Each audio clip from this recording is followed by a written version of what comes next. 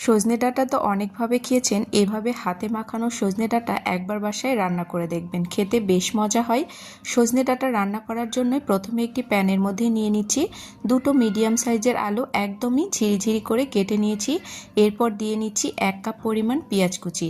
পেঁয়াজের পরিমাণটা এখানে একটু বেশি করেই দিতে হয়। কাঁচামরিচ নিয়েছি 4টির মতো, এর সাথে দিয়ে নিচ্ছি টমেটো একটি মিডিয়াম সাইজের।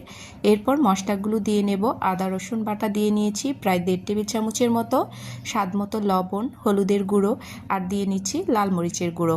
এখানে ঝালটা আপনারা আপনাদের পছন্দ অনুযায়ী ব্যবহার করবেন। এরপর দিয়ে নিচ্ছি কিছুটা পরিমাণ তেল। এখন ভালো মতো করে হাত দিয়ে কসলায় এগুলোকে একটু মেখে নিতে হবে।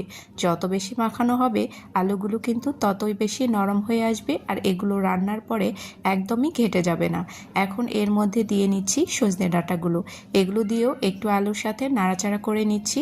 সব কিছু ভালো করে হাত দিয়ে মাখিয়ে নিয়েছি। এখন এর মধ্যে দিয়ে নেব কিছুটা পরিমাণ পানি। যতটুকু পানি দিলে সজনে ডাঁটা এবং আলু দুটোই সিদ্ধ হবে সেই পরিমাণ পানি এখানে ব্যবহার করেছি, প্রায় 1.5 কাপের মতো।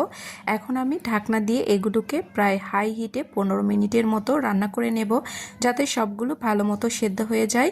এইভাবে সজনে ডাঁটা রান্না করলে খেতে বেশ ভালো হয়। আপনারা অবশ্যই একবার বাসায় এভাবে ট্রাই করে দেখবেন। তো 10 থেকে 15 মিনিট বাদে ফিরে এসেছি। দেখুন পানিটা একদম শুকিয়ে গেছে, সব কিছুই আস্ত রয়ে গেছে, কোনোটাই ভেঙে যায়নি। পানিটা একদমই শুকিয়ে নিতে হবে। সজনে ডাঁটা একদমই রেডি হয়ে গেছে। আমি এটাকে গরম গরম নামিয়ে নিয়েছি। এইভাবে খেতে কি দুর্দান্ত লাগে, আপনারা বাসায় ট্রাই করে দেখবেন। আল্লাহ হাফেজ, আসসালামু আলাইকুম।